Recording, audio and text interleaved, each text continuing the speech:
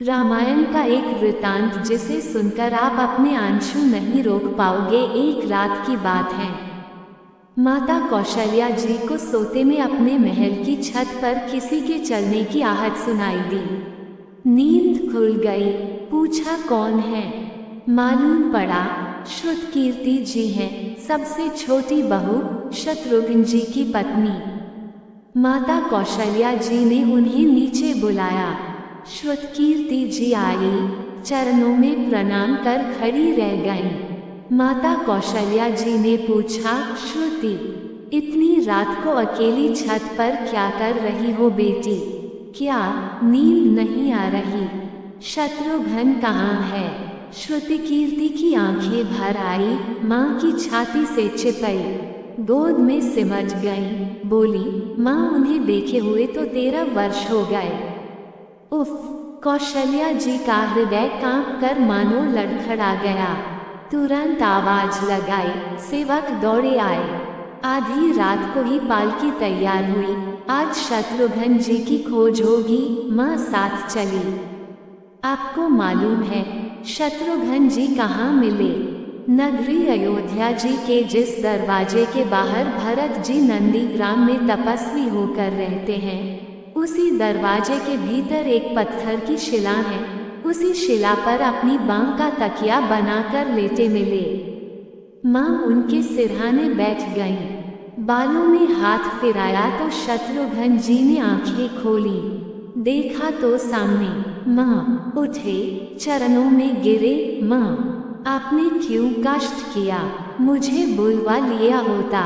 माँ ने कहा, शत्रुघ्न यहाँ क्यों? शत्रुघ्न जी की रुलाई फूट पड़ी। बोले, माँ, भैया राम जी पिताजी की आज्ञा से वन चले गए। भैया लक्ष्मण जी उनके पीछे चले गए। भैया भरत जी भी नंदीग्राम में हैं। क्या ये महल, ये रथ, ये राजसी वस्त्र ठाठ बाट विधाता ने मेरे ही लिए बनाए हैं? माता कौशल्या जी निरुत्तर रह गईं। देखिए, क्या है ये रामायण कथा? ये भोग की नहीं, त्याग की कथा है। यहाँ तो त्याग की मानो प्रतियोगिता ही चल रही है और सभी प्रथम हैं, कोई पीछे नहीं रहना चाहता। चारों भाइयों का प्रेम और त्याग एक दूसरे के प्रति अद्भुत, अभिनव और अलौकिक है। रामायण जीवन जीने की सबसे उत्तम शिक्षा देती है।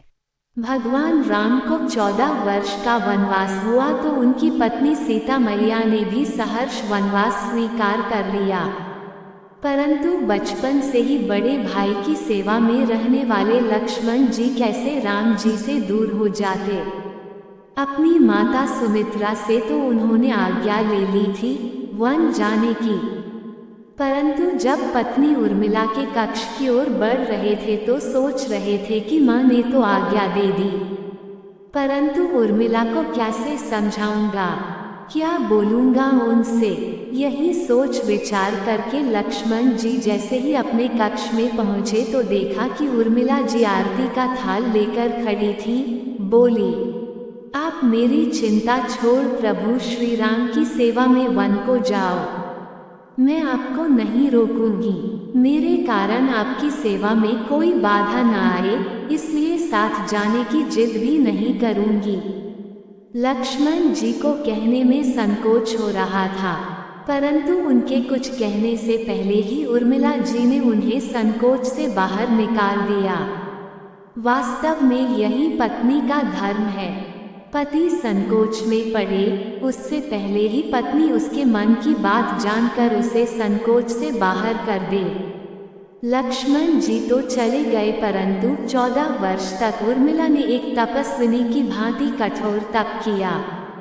वन में प्रभु श्री राम माता सीता की सेवा में लक्ष्मण जी कभी सोए ही नहीं, परंतु उर्मिला ने भी अपने महलों के द्वार कभी बंद नहीं किए और सारी रात जाग जाग कर उस दीपक की लौ को बुझने नहीं दिया। मेघनाथ से युद्ध करते हुए जब लक्ष्मण जी को शक्ति लग जाती है और हनुमान जी उनके लिए संजीवनी पर्वत लेकर लौट रहे थे, तो बीच रास्ते में जब हनुमान जी अयोध्या के ऊपर से गुजर रहे तो भरत जी ने उन्हें राक्षस समझकर बाण मारते हैं और हनुमान जी गिर जाते हैं। तब हनुमान जी भरत जी को सारा वृतांत सुनाते हैं कि सीता जी को रावण अपहरण कर ले गया, युद्ध में लक्ष्मण जी मूर्छित हो गए हैं। ये सुनते ही कौशल्या जी कहती हैं कि राम को कहना कि लक्ष्मण के बिना अयोध्या में पैर भी मत रखना, तब राम वन में ही रहे।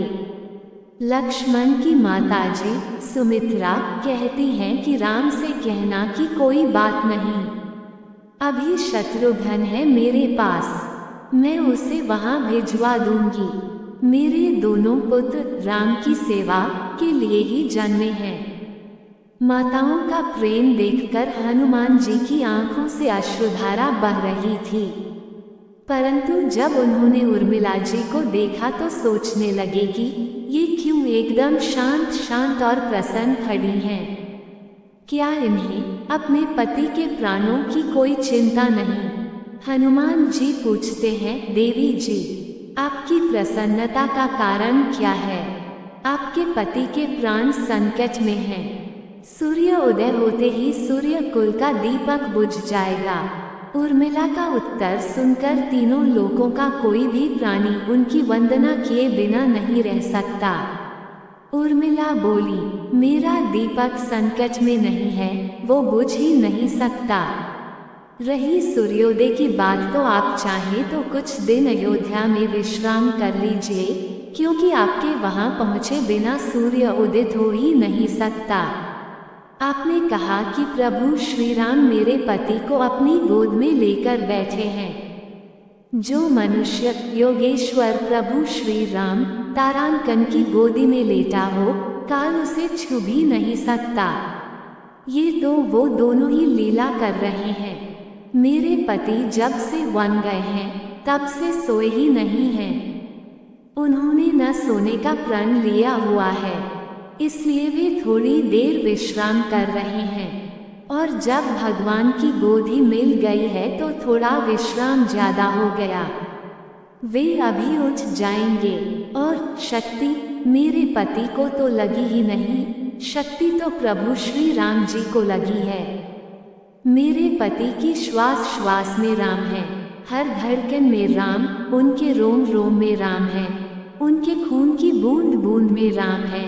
और जब उनके शरीर और आत्मा में सिर्फ राम ही है तो वो शक्ति राम जी को ही लगी होगी, दर्द भी राम जी को ही हो रहा होगा। इसलिए हनुमान जी आप निश्चिंत होकर जाएं, सूर्य उदित नहीं होगा। राम राज्य की नींव राजा जनक जी की बेटियां ही थीं, कभी सीता तो कभी उर्मिला। भगवान राम ने तो केवल राम राज्य का कलश स्थापित किया था, परंतु वास्तव में राम राज्य इन सब के प्रेम, त्याग, समर्पण और बलिदान से ही आया। जिस मनुष्य में प्रेम, त्याग, समर्पण की भावना हो उस मनुष्य में ही राम बसता है। कभी समय मिले तो अपने वेद, पुराण, गीता, रामायण को पढ़ने और समझने का प्रयास कीजिएगा। जीवन को एक अलग नजरिए से देखने और जीने का सलीका मिलेगा।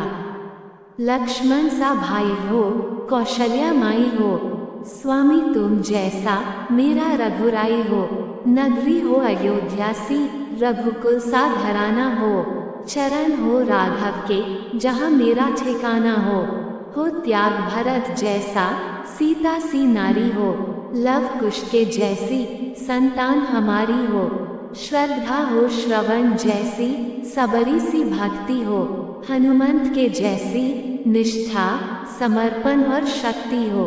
ये रामायण है, पुण्य कथा श्री राम की। दोस्तों, कथा कैसी लगी कृपया कमेंट करके अवश्य बताएं। नई कथाओं के लिए चैनल को सब्सक्राइब जरूर करें। धन्यवाद। राधे राधे।